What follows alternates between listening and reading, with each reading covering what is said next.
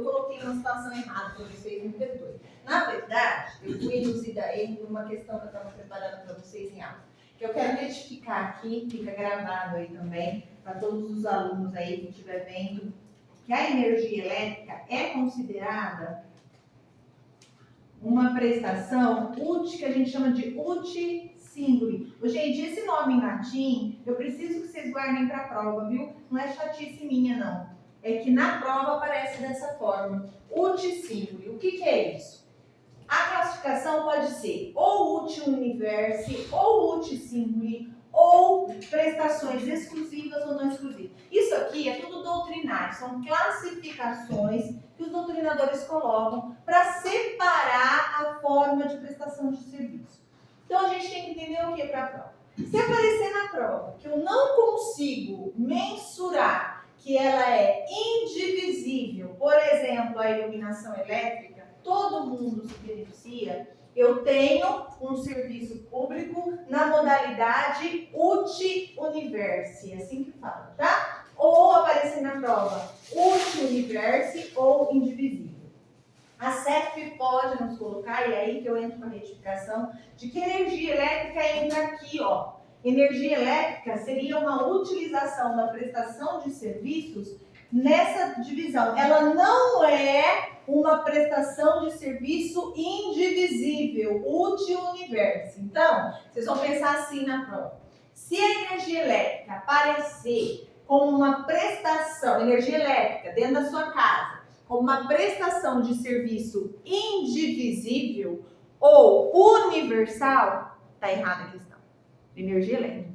Para estar certa a questão, a CESP tem que colocar essa energia elétrica como um serviço público, sim, mas indivisível, aliás, com o pagamento de uma taxa, que é o caso que ela estava falando. Realmente, o pagamento de uma taxa a torna divisível. É isso que a CESP entende, é isso que os doutrinadores, na grande maioria, entendem.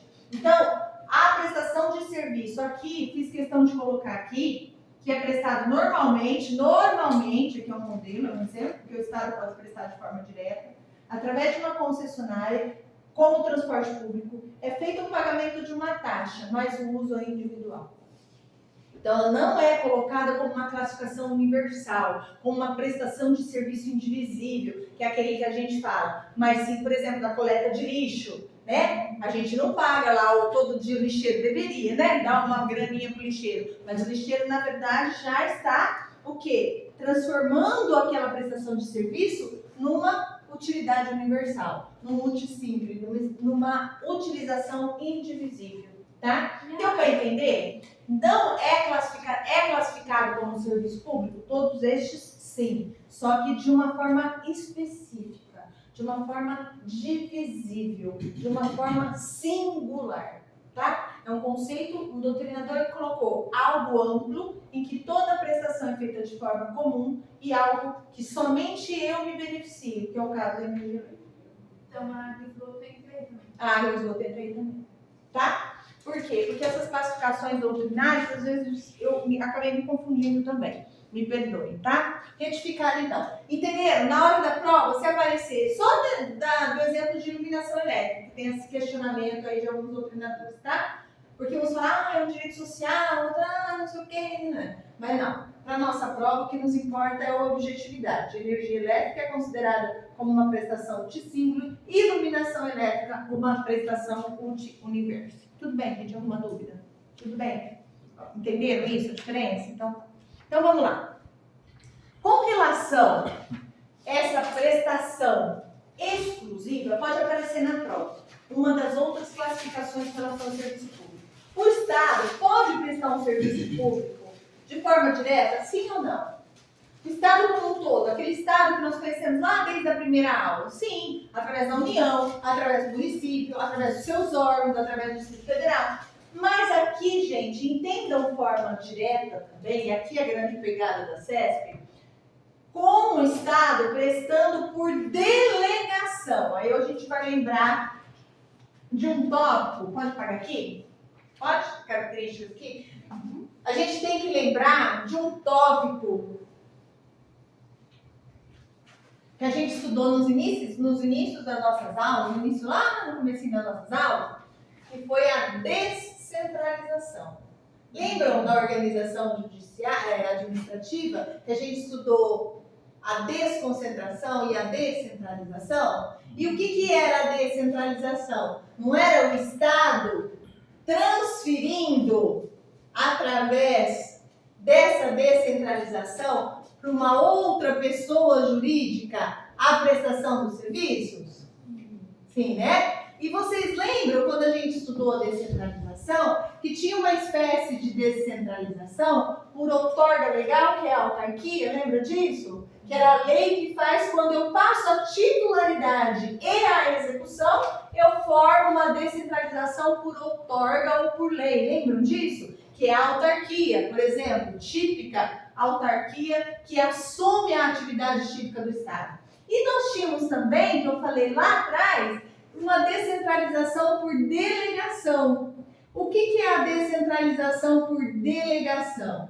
A descentralização por delegação é passar tão somente para essa pessoa jurídica, outra, que sem ser o próprio Estado, a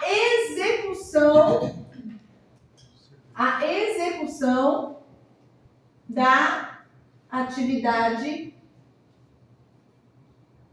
da prestação do serviço do Estado.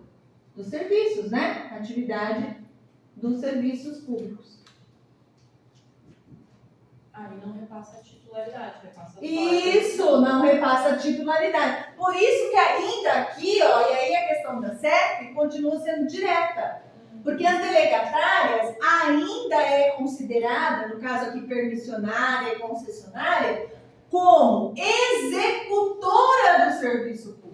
Então pensa lá no transporte coletivo, uma concessionária. Pensa numa TAM, ela é executora de um serviço prestado pelo Estado. Mas de que forma? Ainda direta. Porque só seria indireta se tivéssemos falado em descentralização por outorga. Aí eu passo a titularidade e passo também a execução. Nesse caso, não. O Estado continua prestando de forma indireta por meio de delegação. Tá? Tudo bem isso? Então, falou na prova que eu tenho uma prestação de serviço público de forma exclusiva, é o Estado, pessoa jurídica de direito público e administração direta, ou por delegação, tá? Que é a administração indireta por delegação, tá? Cláudio, e se ele falar que é não exclusivo? Se ele falar que é não exclusivo, vocês tiram toda essa parte da administração direta e indireta, toda a parte da delegação e pensa na escola privada. A educação não é um serviço público? Sim ou não? O dever do Estado em prestar, então é uma prestação de dever, é uma prestação, a educação é uma prestação ampliativa, é de escola pública. Se a escola pública é de direito público, até que a gente viu lá da responsabilidade da escola pública pelo aluno, lembram disso que a gente estudou? Deu o exemplo lá do aluno da escola pública. Então, quando a escola é pública, direito público, prestação de serviço, educação, perfeito. Tá? Previsto em lei. E quando a escola é privada? Não deixa de ser uma classificação de não exclusividade. O Estado presta de forma agora indireta. Aí que está o chato da questão. Se falar que é de forma indireta, não é a delegação. Porque o candidato, o que ele faz? Ele se confunde em administração indireta. Então ele fala assim, exclusivo, administração direta, não exclusivo, administração indireta, tá certa a questão? Exclusivo, administração direta e indireta por delegação. Tudo bem?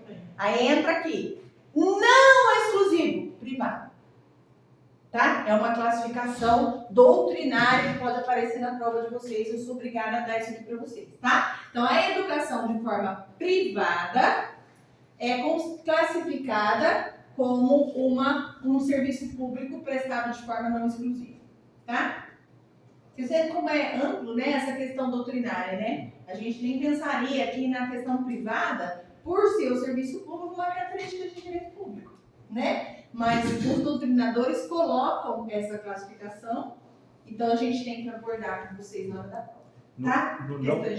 No não exclusivo, o Estado sempre tem que prestar, de certa forma, No não exclusivo, o Estado fiscaliza a prestação. Pensa no MEC.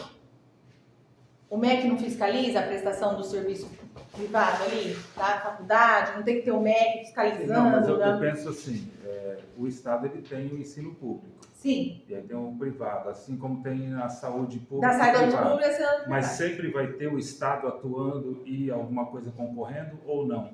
Ou tem alguma coisa que é só o privado que faz e o Estado só fiscaliza? Na questão de serviços públicos, tão somente. Pensa que é serviço e não atividade econômica. Quando você fala em atividade econômica, perfeito. Empresa privada atuando em todos os aspectos. Mas quando você fala em serviço público, você vai estar sempre tendo o Estado como um órgão que também tem essa prioridade de atuação, tá? Normalmente é prioridade. É que muitas vezes o Estado não consegue e aí o que ele faz? Como a concorrência é necessária, até por uma questão social, entram as empresas privadas prestando essas atividades também. Isso, e aí é fiscalizada pelo Estado. A questão do MEC, por exemplo, que é uma fiscalização. Não deixa de ser uma fiscalização pela própria administração, né? Então o Estado está sempre olhando. Lembra do empregado doméstico lá? O Estado está sempre olhando. Se amanhã acontecer alguma denúncia com relação à escola, o Estado tem a obrigação de ir lá e verificar. Também que na rede privada, o cadastro dos alunos também ele é público. Público também, sim. Justamente Justamente por isso. cabe mandado de... Quando, tipo, aquele negócio dos dados lá, né? Não é... Aviasata. Quando tira uma certidão, né? Quando não se quer, não deixa pública aquilo, né? Uma informação sigilosa que na verdade não deveria ser, né? Obsta aquela informação, aí cabe a Gazeta. Então, porque tem essa fiscalização do Estado, tem a intervenção do Estado. Então, gente, isso é uma classificação doutrinária, eu sei que é mais chatinha, mais denso, mas eu tenho que dar para vocês, tá? Então, na lei, qual que é a diferença aqui que a gente tem que observar? Eu tenho, se vocês olharem os elementos formadores do serviço público, vocês não vão errar a questão do serviço público na prova. Tem que ter regime jurídico de direito público, tem que ter a prestação como um dever, tem que ter previsto em lei, tem que ter natureza ampliativa. Essas classificações é só se a questão pedir especificamente sobre um multi-universo e um multissímbolo, mas aí vai falar que é um multissímbolo, ou divisível ou indivisível, ou vai falar que é exclusivo ou não exclusivo, tá? Então vamos lá. O que nos importa a partir de agora é falar um pouquinho também, que pode aparecer na prova de vocês, sobre a diferença dessas delegatárias. Se essas delegatárias, vocês sabem que o maior contrato que o Brasil celebra com relação às empresas privadas é a concessão, né? A concessionária hoje é um contrato muito atrativo para o Estado, depois a gente vai ver por que ele é atrativo para o Estado, mas é muito utilizado. A gente viu, então, que a prestação de serviço público ela é utilizada por delegação. Tem doutrinadores que não colocam autorização aqui. Pela pesquisa que eu fiz pela CESP, eu vou colocar autorização aqui como prestadora também da delegação, tá? Então, eu quero que vocês agora anotem a diferença entre concessão, isso pode aparecer na prova dessa forma para vocês, permissão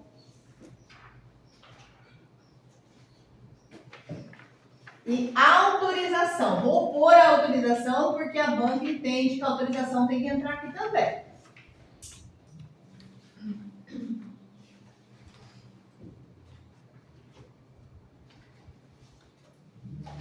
Concessão é uma forma de prestação de serviço público, sim ou não? Acho que essas diferenças não tem aí, tá?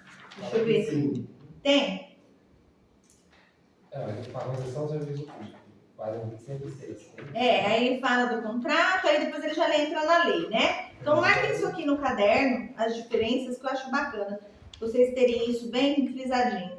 É que a lei 8987 ela vai falar, mas dentro de concessão aqui, contrato de concessão, enfim. Melhor vocês terem dessa forma como esquema, então fica mais fácil para vocês memorizar. Diferenças entre concessão, permissão e autorização. Bom, autorização, permissão e concessão São formas de prestação de serviço público. Delegada e uma autorização que o próprio nome fala. Está se autorizando a realização de algum ato. Lembra da nossa festa lá? Lembra? Então, tá, João? Qual é a diferença aqui entre concessão e permissão? Vamos lá. Primeira diferença. A concessão é um contrato administrativo amplo. Contrato administrativo amplo.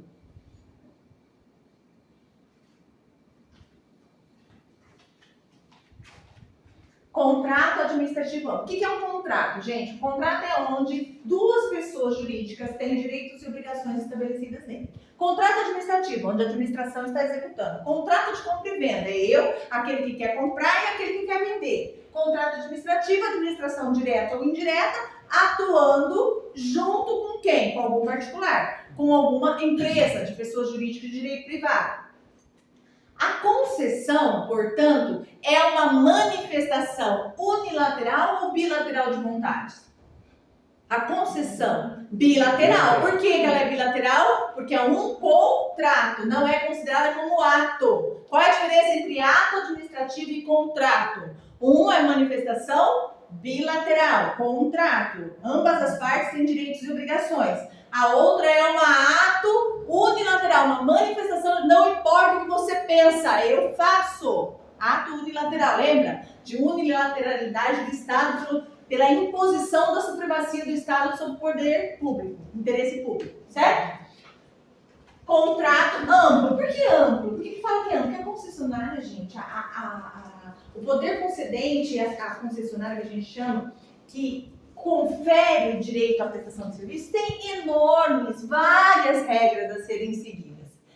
Para serem prestadoras desse serviço, elas têm que se submeter a direitos e obrigações ao Estado de forma extremamente ampla. Tanto que tem uma lei, que essa lei aqui, ó, 8987/95, que edita as normas gerais sobre concessão. Não é a lei 8666, se cair na prova, que é a lei.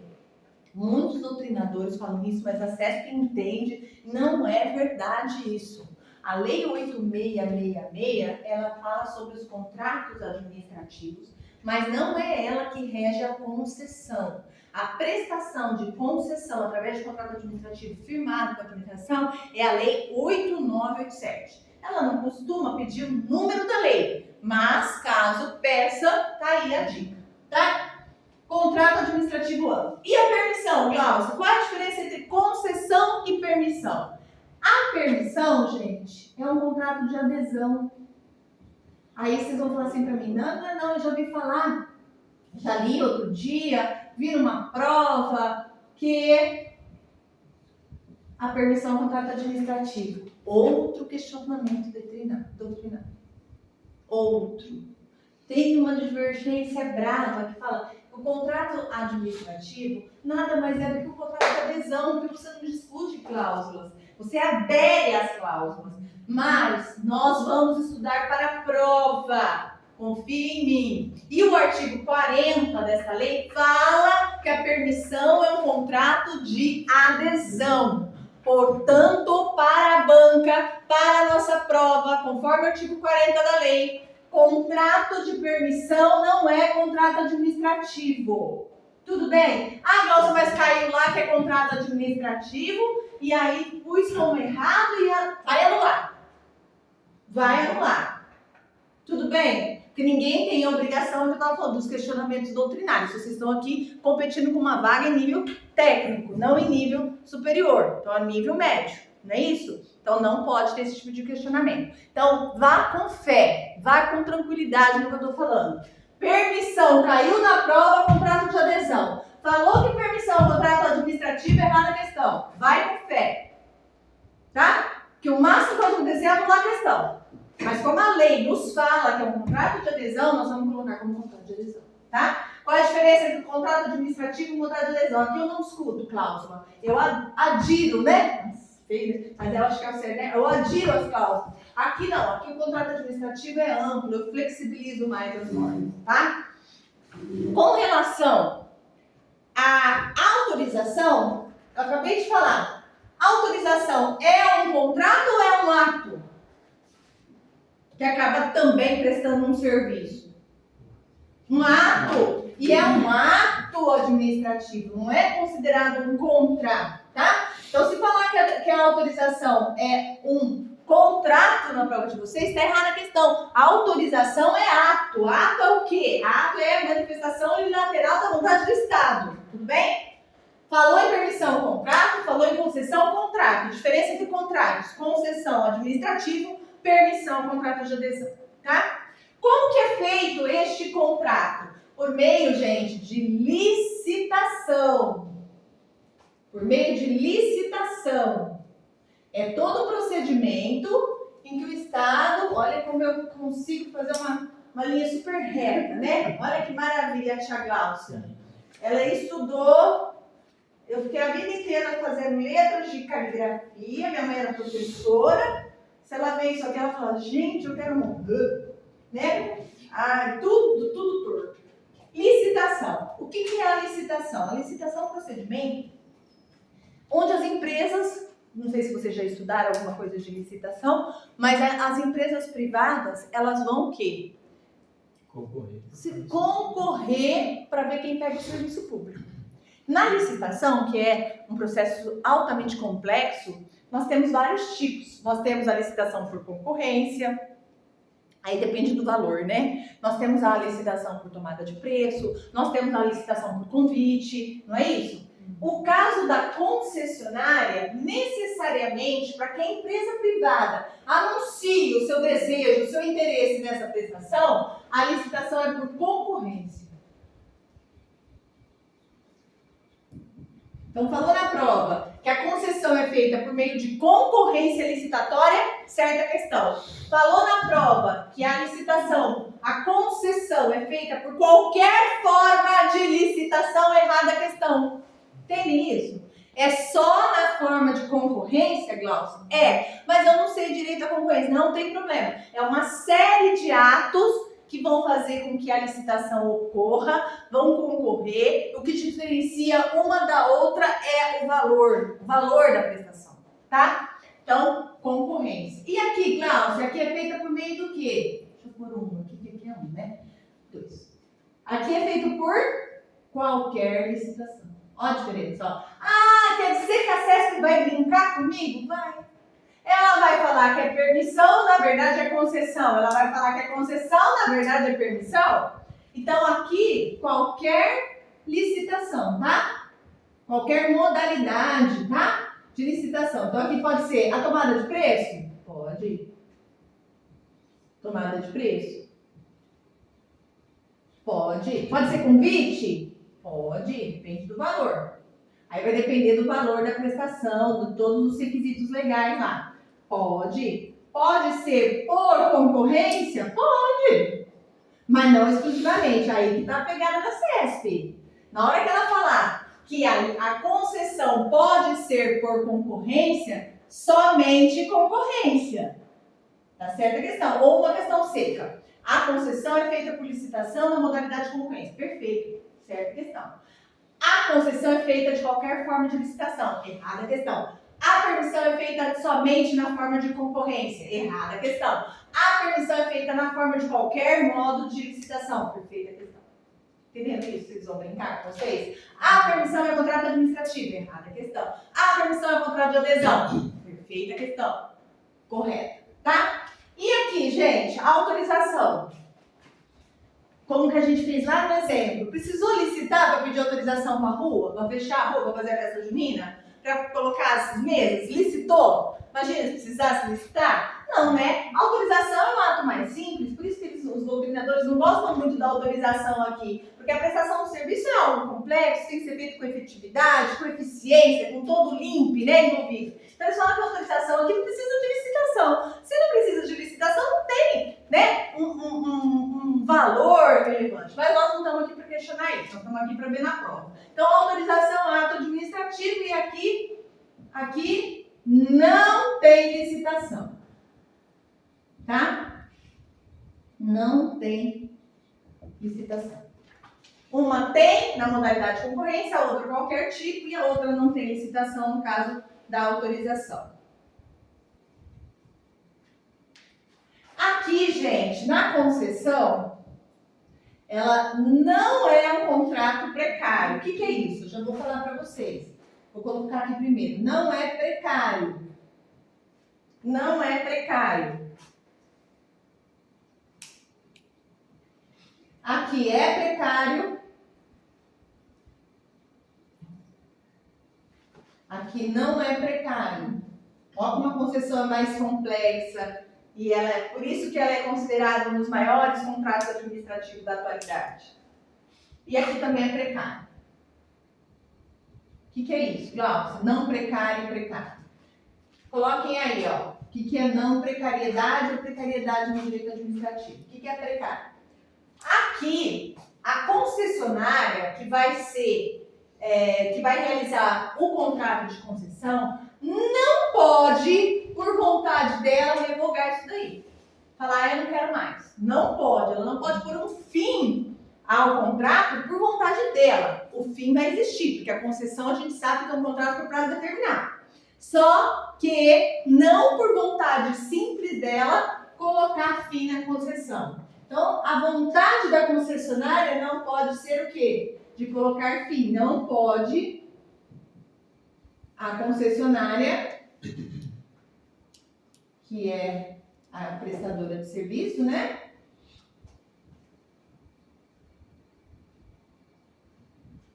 Por sua vontade. Ó, não quero mais, viu, Estado? A prestação. Tá? Ah, não quero mais, tá? Não quero mais prestar esse serviço, já estou de saco cheio, por sua vontade ela não pode. Ela pode sim, que a gente vai ver que tem a extinção da concessão, ela pode por fim do termo do contrato, ela pode por falência, ela pode porque encampou, nós vamos ver as espécies de extinção da concessão. É diferente, aí está previsto em contrato. Agora, simplesmente chegar amanhã e falar assim, ó, não quero mais, não pode. E aqui? Aqui pode? Pode. Por isso que a permissão e a autorização são pouco utilizados para a prestação de serviço. Entendeu? A autorização acaba sendo um ato extremamente precário, porque o administrador, a administração não pode chegar lá e falar assim, ó, por conveniência, oportunidade, tchau. Pode ou não pode? Ele pode! Não é a vontade dele? Não é o juízo de mérito? A mesma coisa na permissão. Tem um juízo de mérito ali e fala, agora eu não quero mais prestar esse serviço. Aí você fala assim, mas não é um ato meio arbitrário? Não, gente. É uma possibilidade legal desses tipos de contratos e atos, tá? Então, precário, coloca ali, pode revogar a qualquer momento. Agora eu não quero mais prestar no serviço público. Revogar a qualquer momento. Por isso que é chamado precário, tá? Você acha que o Estado vai acabar fazendo uma permissão? Acontece, existe contrato de permissão. Ou eles vão preferir uma concessão? Por isso que a gente está vendo aí um número de concessionárias. Vocês dão de tudo quanto é jeito. Porque o Estado está garantido também, além de outros deveres e direitos. Tá? Revogar. Lembra da cadeira, tá bom? Revogar das cadeiras lá do barzinho. Eu pus qualquer, aqui é qualquer, tá? Qualquer momento. Precário. Qualquer, revogar a qualquer momento. Tudo bem? Até aí, tudo bem? Então vamos lá. Quarta característica, quarta diferença entre elas. Aqui, gente, o Estado ele faz esse contrato necessariamente ou com uma outra pessoa jurídica ou com um consórcio de pessoas jurídicas. Tem que ter pessoa jurídica envolvida. Consórcios de PJs, tá? De pessoas jurídicas, tá bom? A permissão, gente, ela pode ser pessoa jurídica ou pessoa física. Olha aqui a diferença, ó. Aqui posso ter um permissionário pessoa física. Aqui jamais. Pessoa física não entra na concessão, tá bom? E a autorização? Pessoa jurídica ou pessoa física, tá? 4 e aqui é 4. Ok? Essas são as principais características que podem aparecer na prova de vocês com relação a, principalmente, gente, sabendo essas duas, vocês garantem bastante questão já, tá? A autorização não tem aparecido muito, mas tá aí. O que é um consórcio de pessoa jurídica? Um exemplo, assim. Uma concessionária de direito público, por exemplo, a própria TAM. Uma concessionária de iluminação. Qualquer pessoa jurídica que esteja envolvida com a prestação de serviço público é uma concessionária. Qual é a diferença da empresa privada para a concessionária? A concessionária, ela tem um contrato com a administração chamado de concessão. A empresa privada, normalmente, é através de terceirização. Mas Então- é o consórcio. É o consórcio. O que é o consórcio? Ah, o consórcio é assim, ó. Você tem lá ou a união, por exemplo, mais Estado, união, Estado, por exemplo, de Minas Gerais, vai, ou do Estado de São Paulo, mais município. Tem que ser necessariamente da mesma pessoa, tá? Se juntam com, é o que a gente chama de conjunto de esforços para a prestação do serviço. Um dos consórcios que a gente teve, Tipo, juntar para fazer o hospital. isso, perfeito, eles se juntam para a elaboração de algo. No caso, a gente teve, salvo engano, eu não lembro se foi da Copa não, teve não sei se foi da Copa, acho que não, eu não me lembro agora o exemplo, mas depois eu vou te dar na próxima aula, eu te dou o exemplo, eu busco e te dou. É uma união de esforços para que aquilo seja realizado. E normalmente, quando você tem a união com o município, obrigatoriamente você tem que ter o Estado envolvido. Você nunca vai ter um consórcio em que tem um recurso da União e município. Não. Se você tem o município de São José do Rio Preto, você tem o Estado de São Paulo envolvido. Entendeu? Aí nessa prestação de serviço, eles se unem forças econômicas e faz o contrato, por exemplo, de concessão, que é o caso aqui. Mas aí é só entre entes federativos ou pode ter uma... Entre entes federativos. Entre entes federativos, exatamente. Por isso que chama consórcio de pessoas jurídicas. Tá? Depois eu vou pegar uns exemplos legais aí para te dar, para fortalecer a ideia. Não, mas só. Não, aí já. Eu estava pensando de outra coisa. Vamos supor, é só ente federativo, mas e as pessoas jurídicas que se organizam no consórcio para. Os privados. Que é para entrar numa concorrência. Sim, pode existir. Ah, tá, não. Não, pode existir também. Porque- Ela falou aqui nesse caso, por exemplo, da prestação do tá. serviço público, a União, Estado e Tá, município. nesse caso sim, Nesse mas. caso sim. Mas a. Pode ser um grupo de pessoas Pode ser um grupo de pessoas jurídicas. Pode, que Sim, juntam pode seus ser. esforços e vão Porque- prestar o serviço. Aqui em Rio Preto tem a Rio Pretrans, que é o. Que Aquela é... Sicredi não é não, né? Tem um Não, outro. segredo de cooperativo. O que é dupletando? Tem a Itamaraty, a empresa de Itamaraty e a Santa Luzia. Isso mesmo, Eles bem lembrado. organizaram para prestar o serviço. Isso mesmo. Mas aí são privadas. São Sim. pessoas jurídicas de direito privado. Nada impede de serem pessoas jurídicas de direito privado. No caso aqui da concessão, a gente teria essa união de pessoas para prestar a concessão do serviço. Tá? Tudo bem?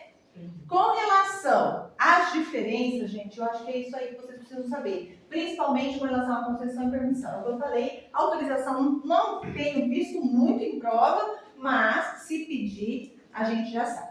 Como que eu extingo? Depois eu vou falar aqui, deixa eu falar da extinção não. Deixa eu falar sobre as características da concessão como um todo. Posso apagar aqui? A concessão, eu preciso falar algumas coisinhas da lei para vocês que são importantes. Como que é feito o contrato de concessão, que é o mais pedido em prova, né? Agora nós vamos falar especificamente do contrato, tá? Do contrato, de como uma matéria mais chatinha, mas eu preciso dar para vocês. Com concessão. Concessionária. Como que é feita essa relação? Pense que ela é uma relação triangular. Eu tenho o Estado triangular no sentido assim, de 3 pessoas, tá? a relação jurídica delas. Eu tenho o Estado, para vocês entenderem como funciona.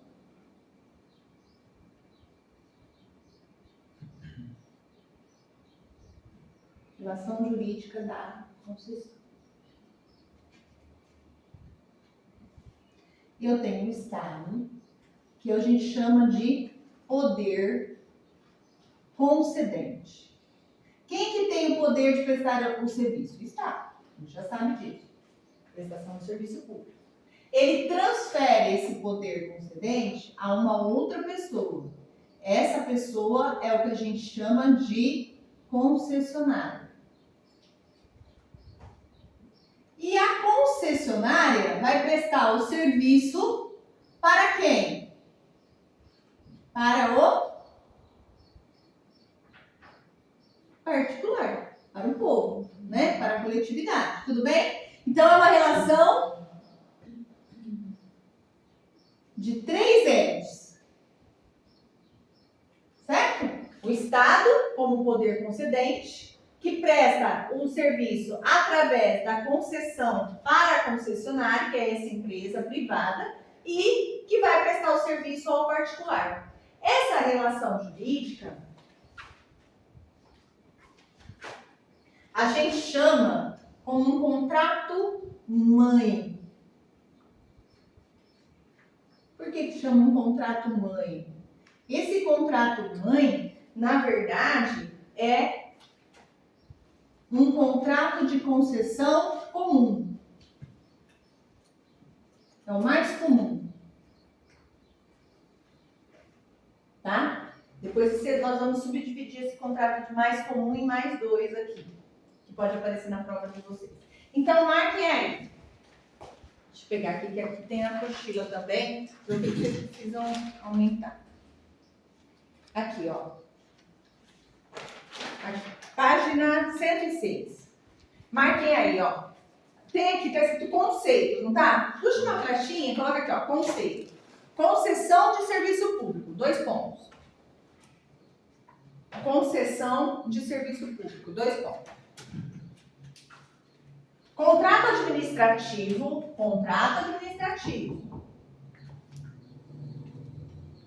pelo qual o Estado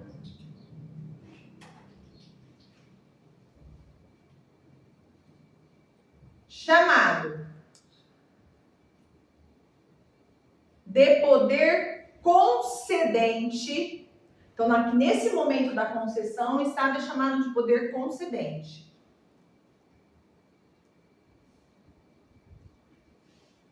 Delega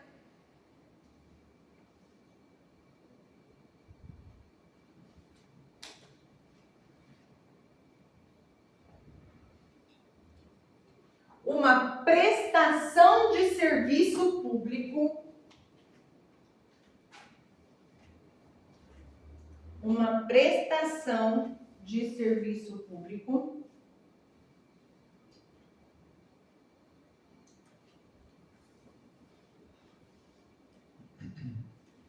a uma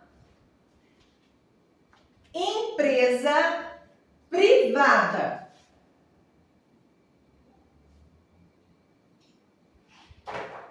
A uma empresa privada, chamada de concessionária.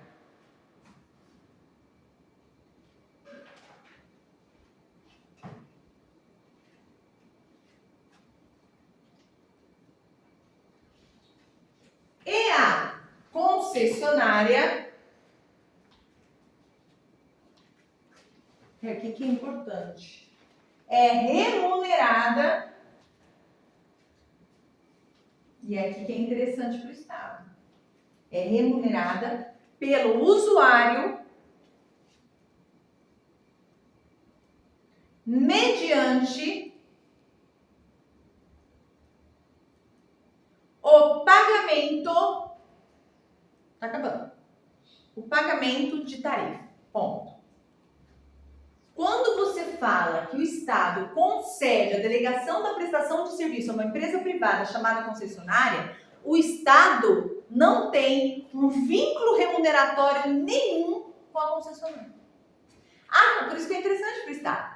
Quem paga a concessionária, que somos nós, através da utilização do serviço por meio da tarifa, nós é que somos os responsáveis para remunerar a concessionária para que ela tenha interesse econômico nesse momento, né? Para que ela consiga a prestação, ela precisa ter recursos econômicos.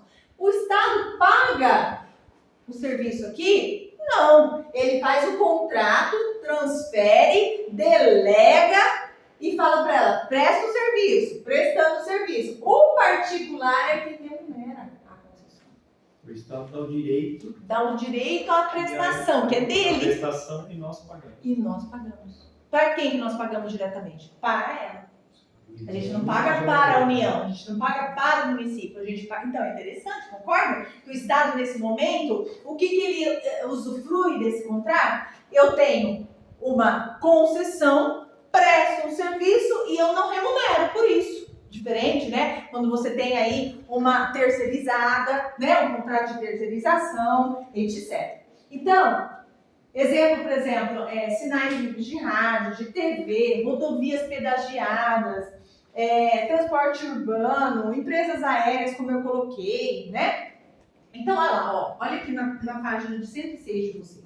Roteiro concedente, quem que é? É a União, Estado, Distrito Federal, municípios, em cuja competência se encontra o serviço público, precedido ou não da execução de obra pública, objeto de concessão ou permissão, tá? O serviço, gente, ele tem que ser regular, olha aqui embaixo, ó, gravem isso, serviço adequado. Serviço adequado é o que satisfaz as condições de regularidade, continuidade, eficiência, segurança, atualidade. Olha quanta coisa que a concessionária tem que ter, gente. Generalidade, ou seja, tem que ser geral. Cortesia na prestação, tem que tratar bem o particular. E modicidade nas tarifas, ou seja, eu também não posso cobrar um valor exorbitante fora do que é a isonomia aí da situação econômica para a prestação desses serviços, tá? Aí nós temos os nossos direitos, os direitos do usuário. O contrato de concessão, gente, ele tem algumas características específicas que eu preciso passar para vocês aqui. Então vamos lá. Agora vamos falar dos contratos em si. Nós falamos das características, as diferenças gerais. Agora nós estamos aqui, ó, só falando dele, tá? Agora esquece as diferenças aqui. Então, coloquem aqui, ó. Características, também pode ser pedido em prova, do contrato de concessão. A gente já sabe que ele é um contrato administrativo, feito com a administração, certo?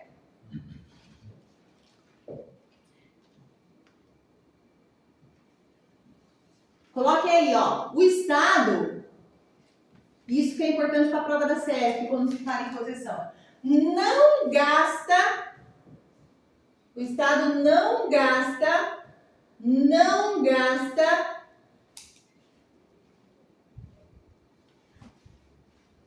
dinheirinho à concessionária. Ele não paga a concessionária pela prestação de serviço. Outra característica importante. Todo risco, ó, quem dança, gente, no bom sentido, dança. Todo risco é da concessionária. Ah! Peraí. É da concessionária. Prova de vocês, CESP. Exceção na concessionária. Exceção na concessionária. Exceção, tá? A concessionária aqui responde objetivamente responsabilidade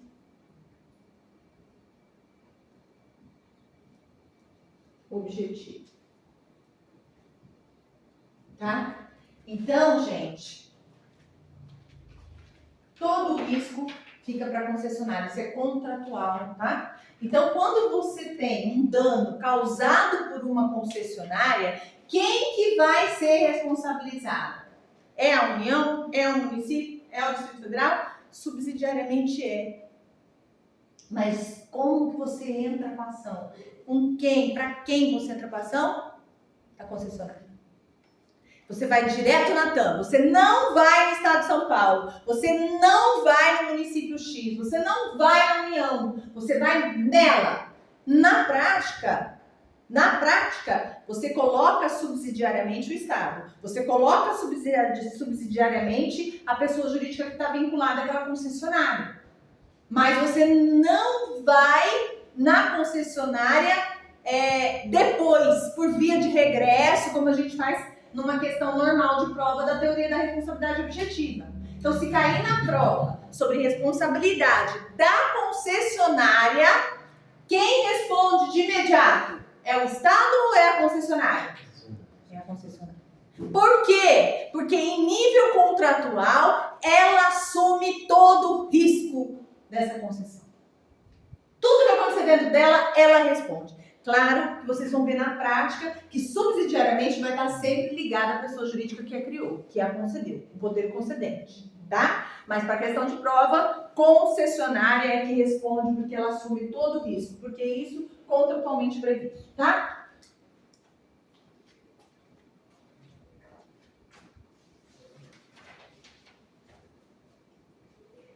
Então aqui, ó, quarta característica, a relação é de forma triangular, relação jurídica.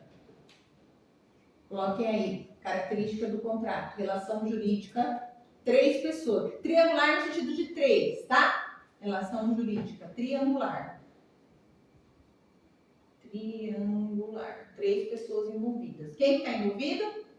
3 pessoas. Quais são as pessoas? Poder concedente. Concessionário particular. Isso, poder concedente, concessionária e o usuário, né? Que a gente chama aqui na prova de usuário do serviço. Você pode estar usando ou não, né? A questão do particular, certo? Então, se cair na prova, questão de prova da SESC, o poder concedente, por isso que eu tenho que saber quem é o poder concedente. Eles vão falar esses termos para vocês na prova. O poder concedente não se relaciona com o usuário, correto ou errada a questão? O poder concedente não se relaciona com o usuário. Poder concedente se relaciona com o usuário? Poder concedente se relaciona com o usuário? O poder concedente se relaciona com o usuário ou é a concessionária que se relaciona com o usuário? Quem que presta o serviço de forma direta? A concessionária. Quem que é remunerada? A concessionária. Então, o poder concedente, gente, ó, não tem nenhum vínculo com a gente, porque a gente não entra direto para a concessionária em caso de responsabilização. Ele só não entra de forma subsidiária. Quando eu falo em forma subsidiária, não sei se vocês têm já esse conceito na cabeça de vocês, só responde de forma subsidiária se a outra não pagar. Responsabilidade subsidiária, o Estado está entrando lá como bonito, entendeu? É só para eu garantir que eu vou receber essa indenização, se for o caso. Por isso que é subsidiário. Se fosse solidário, aí sim ele teria um vínculo com o particular, o usuário. Vocês entendem isso? Então ele não tem esse vínculo, por quê? Na prova está errada essa questão se falar que ele tem vínculo com o usuário. Porque ele não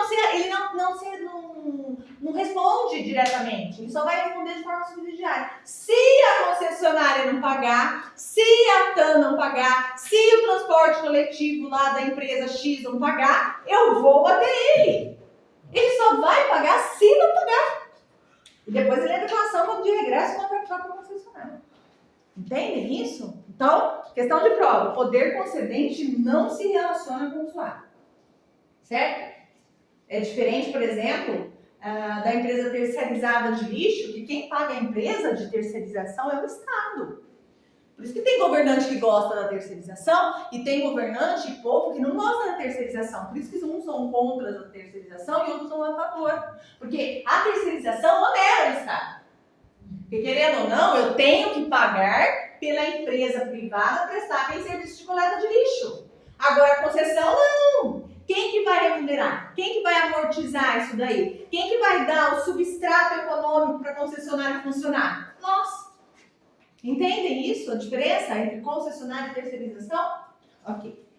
E é um contrato, gente, autossustentável. Aparece isso na prova de vocês. Contrato autossustentável. O que é isso?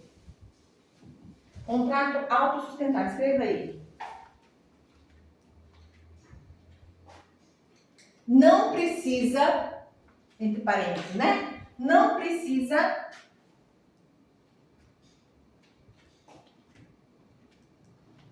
de estar previsto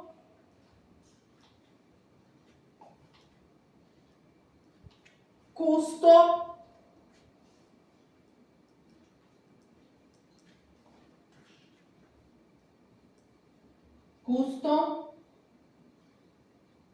na lei orçamentária. Vamos pensar no exemplo da terceirização, na lei orçamentária, tá? Eu não sei se vocês têm esse conhecimento. Toda vez que o Estado tem que desembolsar um recurso para prestação de um serviço, delegar, no caso, autorizar uma terceirizada, fazer um contrato administrativo com alguém, em que ele desembolsa um dinheiro, um recurso, esse recurso tem que estar previsto na lei orçamentária, tudo bem? Período de 12 meses, tudo bem? Na concessão, não. Por quê? Porque ele não tem esse custo. O Estado não tem custo com a concessionária. Não precisa estar previsto um recurso destinado naquele ano para a concessionária, para todos os contratos de concessionária. Nossa, mas a concessionária só se ferra, hein? Claro que ela tem uma atividade que ela acaba, né, utilizando-se da prestação, da remuneração, ela acaba tendo incentivos também.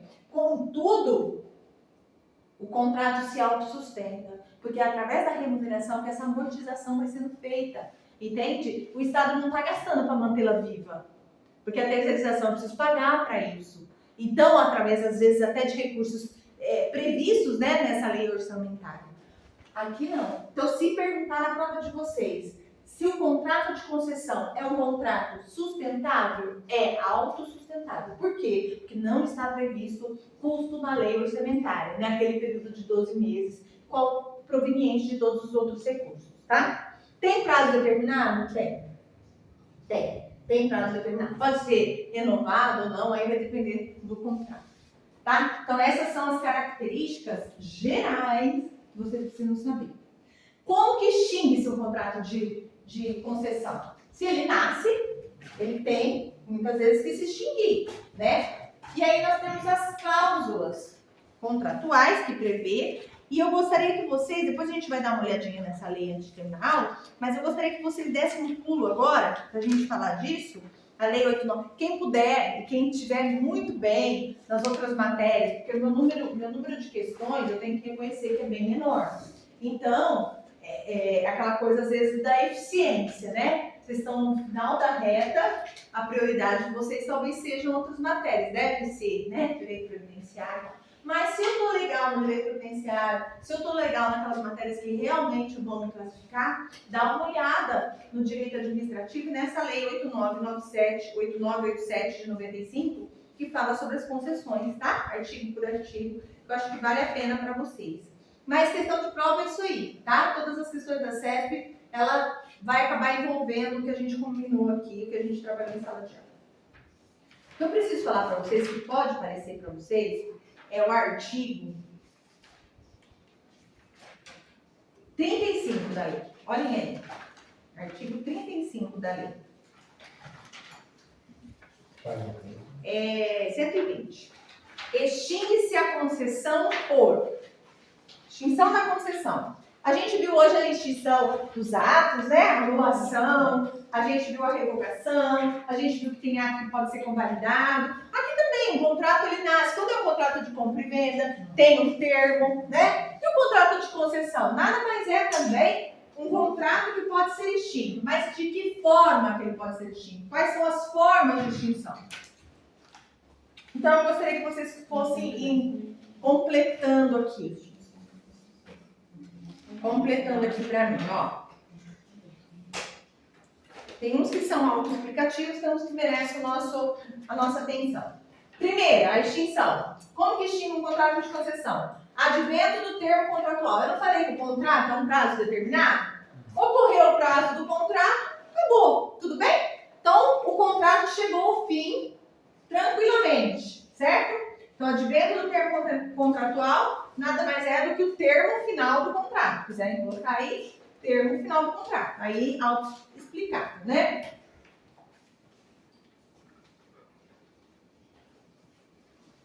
A encampação, coloquem aí. Retomada, coloquem aí. Abre um parênteses ou faz um asterisco aí, só para a hora que vocês estiverem estudando ficar mais fácil. Retomada do serviço público. Encampação, retomada do serviço público por interesse público.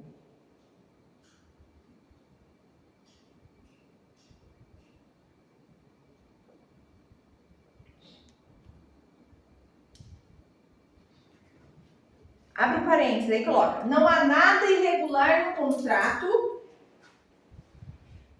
Não há nada irregular no contrato.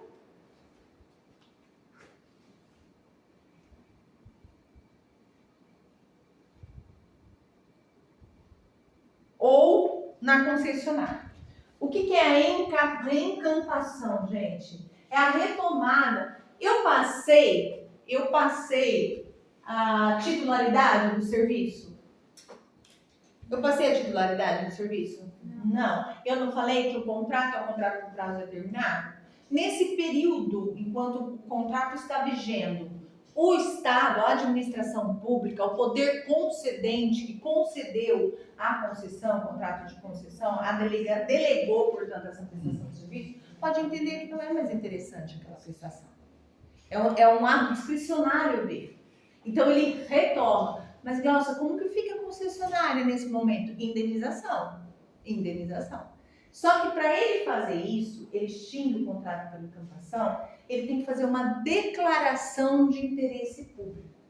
Essa declaração tem que ser vista pela Câmara Legislativa. Tem que ser feita uma lei autorizando isso. Porque o interesse público não pode ser mera discricionalidade do presidente ou do poder concedente como um todo. Ele tem que ter o quê? Não é a Câmara dos Deputados, a Câmara Legislativa, que é a porta do povo, é nós ali sendo representados. Então, se tem interesse público, tem que passar por lá, certo? É lá que é decidido o interesse público. Então, é feita uma declaração de interesse público, essa declaração é feita por uma autorização específica da Câmara, e aí, beleza, encampou. O que acontece com a concessionária? Eu me retiro, eu tenho que sair fora dessa prestação e sou indenizada. Tudo bem? Porque não teve erro, não teve nenhuma irregularidade no contrato, ela está eficiente, ela está bacana, ela quer continuar prestando serviço público, mas já não é mais conveniente para mim. Essa prestação pode ser feita de outra forma. Tem uma terceirização, isso aí acontece muito na prática, por motivos políticos, tá? E aí tem que mostrar que tem um interesse público envolvido também. Então, encampação. Informando, então, a Câmara Legislativa que faz a indenização ao contratado, tá? Caducidade. Ah, não, agora não. Agora, a extinção do contrato de concessão é através do quê? Do juízo de valor e da necessidade da extinção, porque a do verbo haver existe irregularidades cometidas pelo concessionário. Então, a encampação não existe nenhuma irregularidade. Agora, na caducidade, existe irregularidade. Ele não está prestando o serviço como deveria, ele ficou de dar uma manutenção geral no ônibus, ele não está dando, ele não está fazendo a revisão necessária, ele não está tratando com cortesia os usuários, está tendo denúncia contra ela, tem irregularidades que podem ser envolvidas até na tipicidade penal, como crime, desvio de dinheiro de algum particular ou a mais, entendeu? Então tem uma série de irregularidades que para a nossa prova não importa, mas que causa para o administrador a necessidade de extinguir, porque a prestação tem que ser eficiente, a prestação do serviço público tem que observar o LIMP, então ele extingue por caducidade. Enquanto a caducidade tem que ter irregularidades administrativas ou legais, irregularidades pode ser atos lícitos, mas irregulares, a encampação não, tá? Quando eu falo em encampação e caducidade, coloquem uma chave nesses dois e coloquem do lado assim, ó, rescisão unilateral da administração, do poder concedente. Rescisão unilateral. Rescisão unilateral, que é isso que vai cobrar na prova. Então, quando eu tenho aqui a extinção nesses dois critérios, tanto de encampação quanto de caducidade, eu preciso saber na prova a diferença entre uma e outra, que uma tem irregularidade, a outra não tem, mas uma coisa melhor, e que vai cair na prova de vocês, presta atenção, tá acabando a aula, presta atenção, vai cair na prova. E vai pedir, concessão vai pedir, da mesma forma que vai pedir ato administrativo, da mesma forma que vai pedir tudo, né, Glaucia? É impressionante como tudo vai ser pedido. Mas vai pedir a concessão nas formas de extinção entre encampação e caducidade, é uma rescisão unilateral do poder concedente. O que quer dizer isso, Glaucia? Eu não preciso de ação judicial para rescindir. Eu não preciso, cabe à vontade ou à verificação da irregularidade pelo poder concedente. Mas você não acabou de falar que precisa de uma autorização? A autorização na Câmara não é ação judicial. Ação judicial é poder judiciário. Tudo bem? Então, quando eu falo em encampação e caducidade, rescisão unilateral do poder concedente, sem a necessidade de ação judicial. Por que você está fazendo isso? Porque se na prova, e vai cair, falar que é rescisão unilateral, vocês têm que lembrar dessas duas formas de extinção, encampação e caducidade. Se na prova, e vai cair, falando tão somente de rescisão, está falando de rescisão, não está falando de rescisão unilateral. Qual é a forma de extinção? É outra. É a rescisão aí de baixo, ó, item 4, coloquem aí. Rescisão.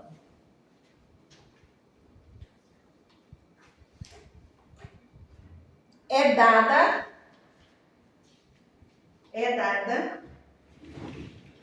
pela concessionária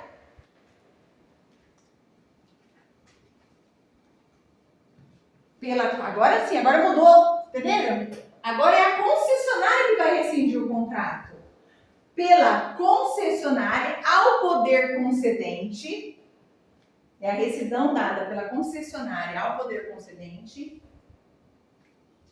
que não está cumprindo a parte dele. Que não está cumprindo a parte dele.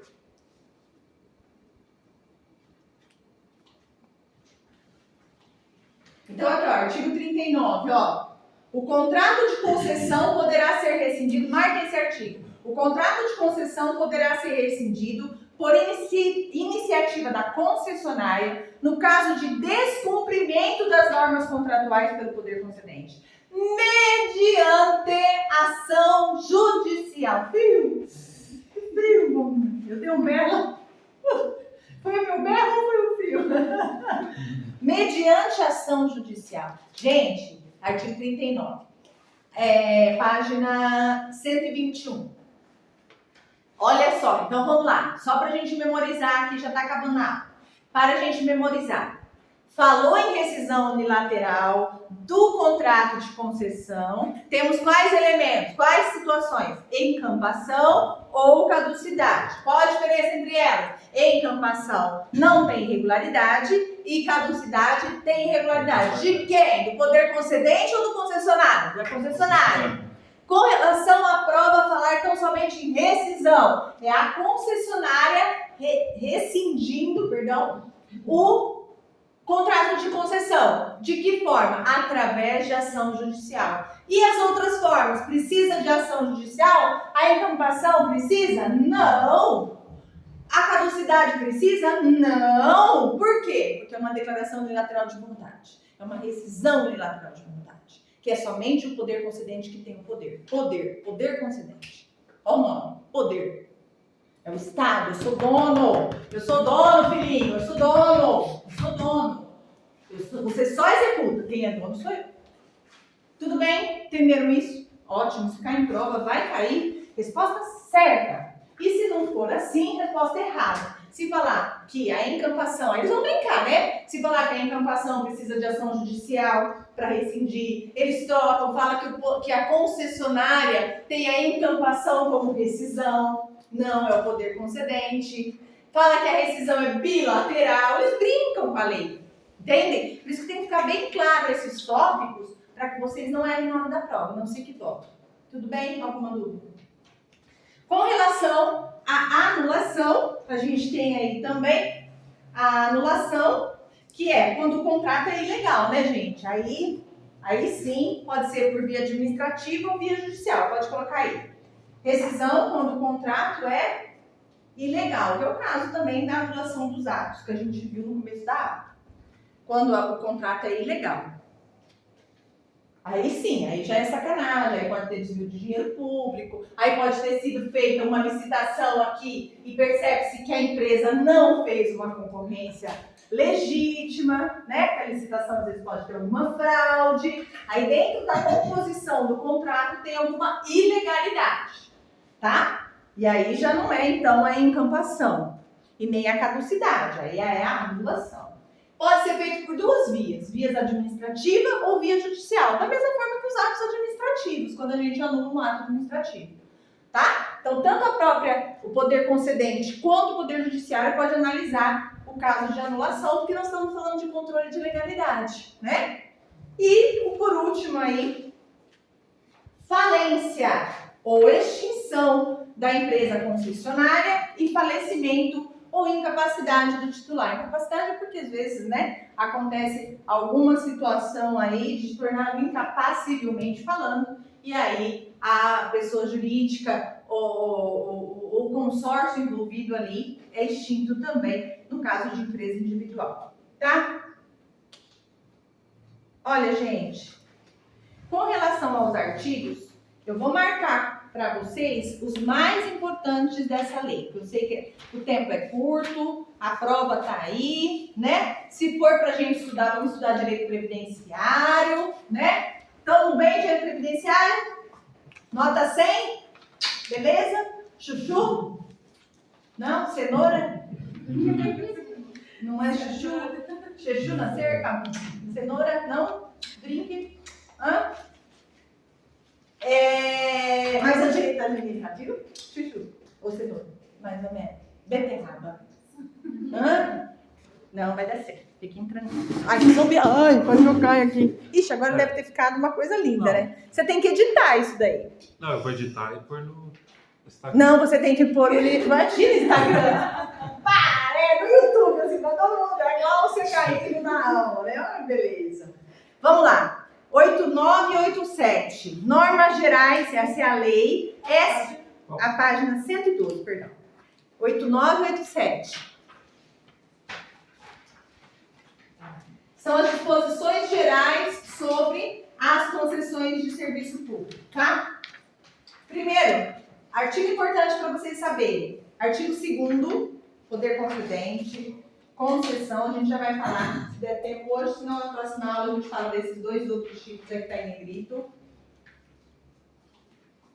Artigo 2º. Artigo 3º, as concessões e permissões sujeitar-se-ão à fiscalização pelo poder concedente responsável pela delegação, com a cooperação dos usuários, porque a gente denuncia, né? Quando a gente não é bem tratado, a gente não denuncia. Quando a concessionária não está prestando um serviço efetivo, a gente não vai denunciar. Então tem a cooperação dos usuários também em informar o poder concedente da situação da utilização. Se a TAM, por exemplo, tiver com algum problema, a gente não vai denunciar a TAM, não vai lá falar, não vai, né? atrás do órgão, enfim. Então, artigo 3º. O artigo 4º e o 5º deixa por enquanto.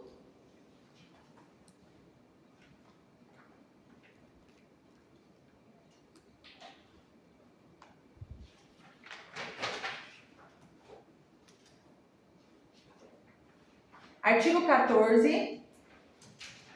Toda concessão de serviço público, precedida ou não da execução de obra pública, eu vou falar da execução de obra pública na aula seguinte, será objeto de prévia licitação, nos termos da legislação própria e com a observância dos princípios da legalidade, moralidade, publicidade, igualdade, do julgamento por critérios objetivos e da vinculação ao instrumento convocatório. Então, gente, na hora da licitação eu tenho que ter todo limpo comigo. Eu tenho que ter uma licitação clara, eu tenho que ter uma licitação moral, eu tenho que ter uma licitação que abranja todos os princípios constitucionais vinculados, tá?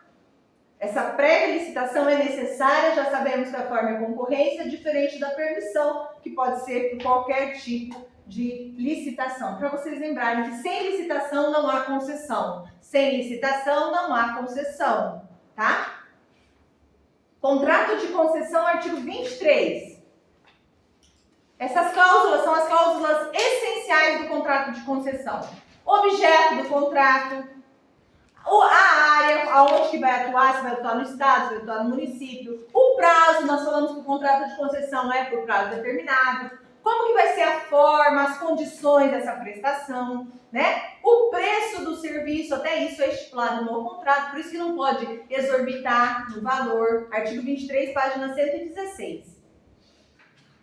E vai embora, ó, tá vendo? É bom dar uma olhadinha aí em todas essas cláusulas, que são cláusulas essenciais. Oi, Angelina? É definido o preço? Definido, na verdade é definido uma margem, porque isso pode alterar com uma situação econômica, mas você coloca lá dentro daquela isonomia dos preços, dentro de toda uma situação política e econômica, você coloca o valor. Tanto que ele fala aqui, ó, os critérios, indicadores, fórmulas, tudo na qualidade do serviço, o preço do serviço e os critérios para o reajuste. Tá? Então ele faz aquela margem, fala se vai ser, como que vai ser feito o reajuste, a revisão das tarifas, enfim, né? Dando uma margem aí de ampliação pelo concessionário, tá? A forma de fiscalização, os casos de extinção, os bens que vão ser reversíveis, que nós vamos estudar a reversão aula que vem, tem algumas coisas da reversão que eu preciso falar para vocês, tá? Artigo 29, o que incumbe ao poder concedente? Regulamentar, aplicar as penalidades regulamentares, página 118.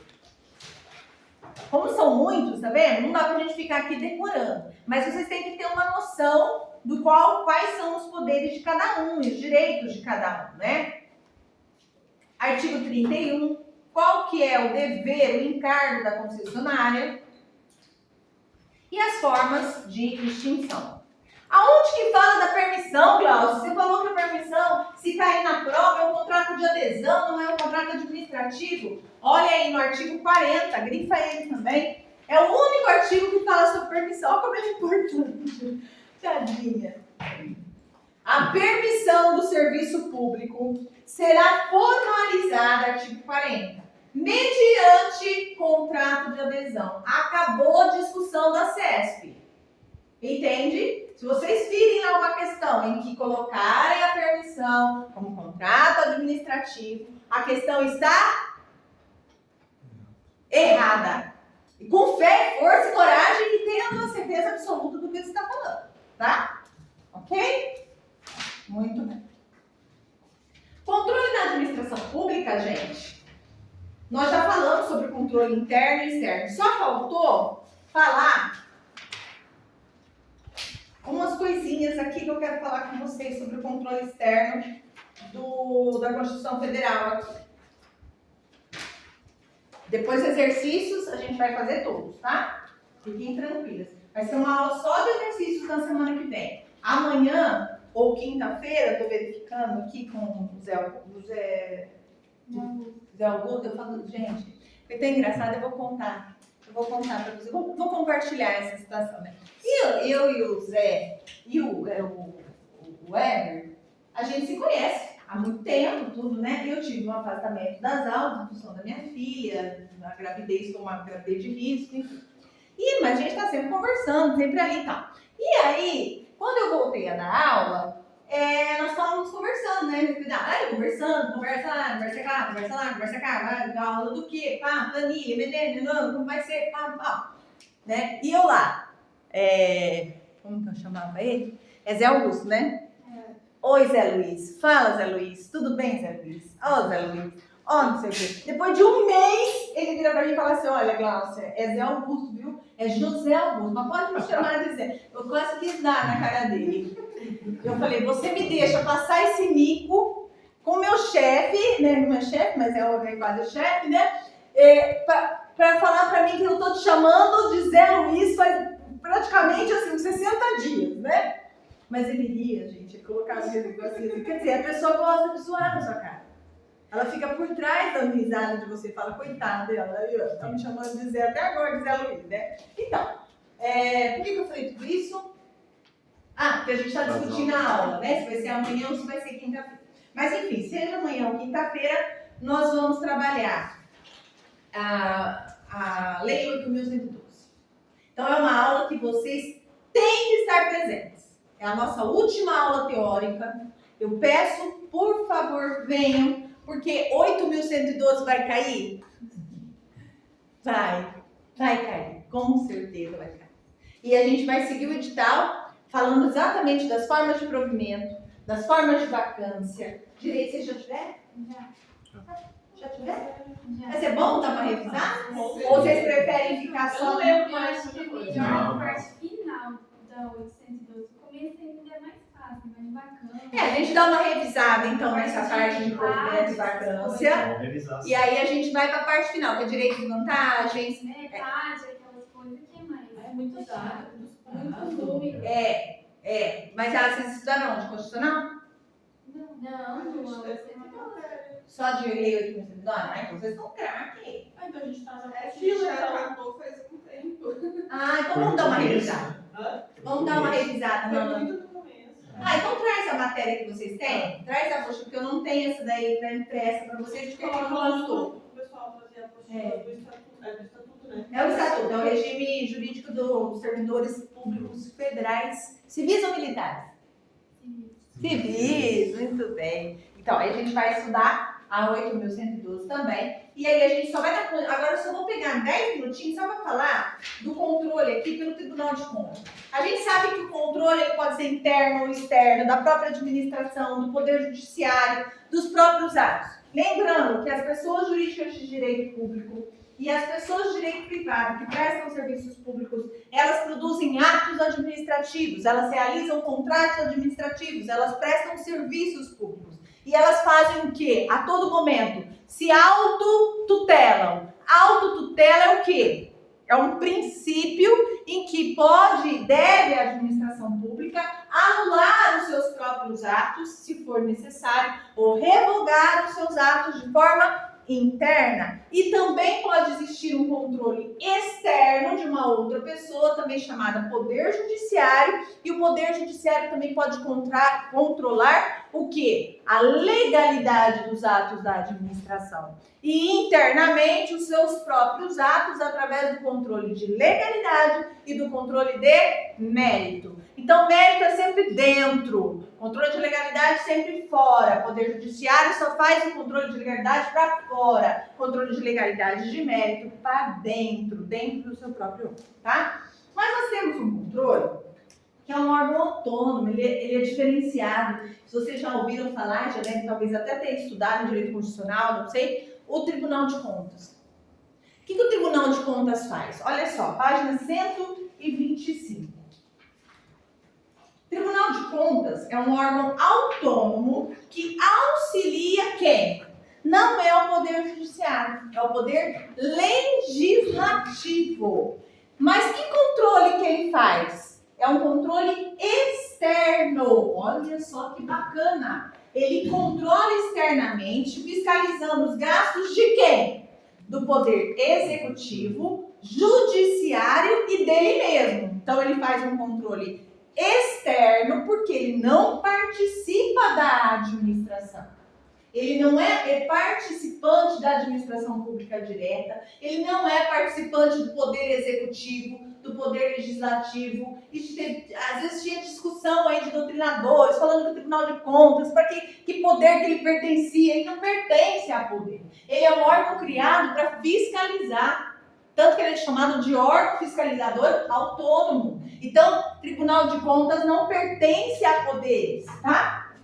Além de estar sujeito ao controle externo, cada poder tem a responsabilidade de manter um sistema de controle interno. Já vimos isso, controle interno. E, por sua vez, apesar de ser um tribunal, que é chamado de Tribunal de Contas, não faz parte do Poder Judiciário. Porque as pessoas confundem. Porque quando fala tribunal, pensa no judiciário e coloca lá na prova dizendo que o Tribunal de Contas faz parte do Poder Judiciário. Não, ele é autônomo. Ele foi criado para fiscalizar todos os outros poderes, tá?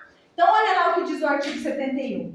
Compete-lhe, consoante o artigo 71, emitir parecer prévio sobre as contas prestadas anualmente pelo Presidente da República. Então, ele pode julgar as contas dos administrados, os responsáveis pelo dinheiro, se tem desvio, apreciar registro, a legalidade dos atos de admissão do pessoal, no caso do presidente. Então, o presidente não atua sozinho, né? O presidente não atua sozinho. Então, por que ele participa lá na parte de improbidade e na hora da comissão processante? O Tribunal de Contas, justamente como órgão fiscalizador. Ele atua como órgão fiscalizador, por isso que ele entra lá na improbidade. Porque a improbidade não é exatamente para você ver o que tem de crime ali dentro, o que foi desviado, o que foi criado de forma ilícita pelo poder. Então, ele vem fiscalizando, ele vem processando, ele vem... por isso que ele chama-se tribunal, porque ele tem prerrogativas muito maiores que o Poder Judiciário, por exemplo. E ele atua, nesse caso, né? Ele atua diretamente nessas funções de probidade administrativa, tá? Depois colocado também para o Poder Judiciário. Então, o Constituinte, aqui nesse caso, desses, julgar contas, apreciar, realizar, fiscalizar, prestar informações, aplicar sanções, assinar prazo, sustar, tá vendo? É tudo verbo, né? Apareceu os verbos lá no indicativo, são contas que o Presidente da República tem que prestar. O Constituinte, entretanto, atribuiu certas prerrogativas que visam a presteza do exercício da Corte e ao caráter injuntivo das decisões acerca de débito ou multa. Então, o que acontece com o Tribunal de Contas, e aí que é o importante? O Tribunal de Contas poderá decidir a respeito da sustação de contrato, que é de competência do Congresso Nacional, se este não tomar as medidas necessárias no prazo de 90 dias. Olha como ele intervém, tá? E já o parágrafo 3º do artigo 71 fala que as decisões do tribunal de que resulte imputação de débito ou multa terão eficácia de título executivo. Ou seja, eu posso pegar essa decisão do tribunal, coisa que normalmente eu não faço. Quando você tem uma decisão administrativa, ela não é um título executivo. Ela é uma decisão, eu tenho que ir lá na esfera judicial, discutir aquilo tudo novamente, com as provas que eu adquiri no direito administrativo, aí sim eu crio um título, se for um caso de uma multa. O Tribunal de Contas, na hora que ele emite um parecer, aquilo vira um título executivo, eu só executo. Olha a importância dele nessas condições de revisão de atos administrativos, tá? O controle judicial a gente já viu, né? Aqui é importante só que a gente relembre o seguinte, a página 126. O mérito do ato administrativo é a valoração dos motivos e na escolha dos objetos do ato, feitas pela administração incumbida de sua prática, quando autorizada a decidir sobre conveniência, oportunidade e justiça do ato a realizar. Então, gente, sempre na valoração do motivo. O motivo não é o elemento formador do ato, não é o elemento que dá validade ao ato. No motivo, nós vamos ter o quê? Nós temos a valoração da conveniência, da oportunidade e da justiça do ato a realizar, tá? Tudo bem? Aí depois, se vocês quiserem dar uma lidinha aqui, Não é permitido o Poder Judiciário apreciar o mérito, atenção aqui embaixo, isso tudo a gente já falou, controle interno e controle externo. Se tiver mais alguma coisinha em nível de questão, a gente vai ter 7 questões a respeito de controle aí, que a gente vai responder, tá? Então, ó, vocês querem então fazer o quê? Na aula seguinte, a gente pode fazer 2 coisas. A gente pode fechar a aula seguinte com exercícios de tudo que foi dado. E aí a gente encerra e deixa a última aula para falar de Lei 8.112. Ou ao contrário, fala de Lei 8.112 e na aula da semana que vem fecha fazendo exercício. O que vocês preferem? Aí fica a decisão para mim tanto tá. A gente pode falar amanhã ou quinta-feira sobre 8.112 ou resolver todos os exercícios pendentes da apostila e consolidar aí algumas informações. O que vocês preferem? Ou vocês querem tirar já as dúvidas da 8.112 e a gente faz todos os exercícios da semana que vem? Exercício, cara. Porque o exercício vai estar mais fresco, né? É melhor resolver os Exercício, né? Melhor já fechar os exercícios amanhã ou quinta-feira. É isso? A gente fecha toda a matéria e aí na última aula, para ficar fresquinho pro dia 27, né? Aí a gente fala de 8.112 e revisa. O que vocês tiverem dúvida, a gente tira a dúvida. Pode ser? Pode. Combinado dessa forma? Então tá. Um beijo no coração de vocês. Obrigada por terem vindo, tá? Deus abençoe. Fiquem com Deus. Não descansem. Agora à tarde tem aula. Ainda não, né? Mas vai dar para descansar. Depois do dia 27, vamos para a praia descansar um pouco, quem puder. Quem não puder, vai para um riozinho aqui, então,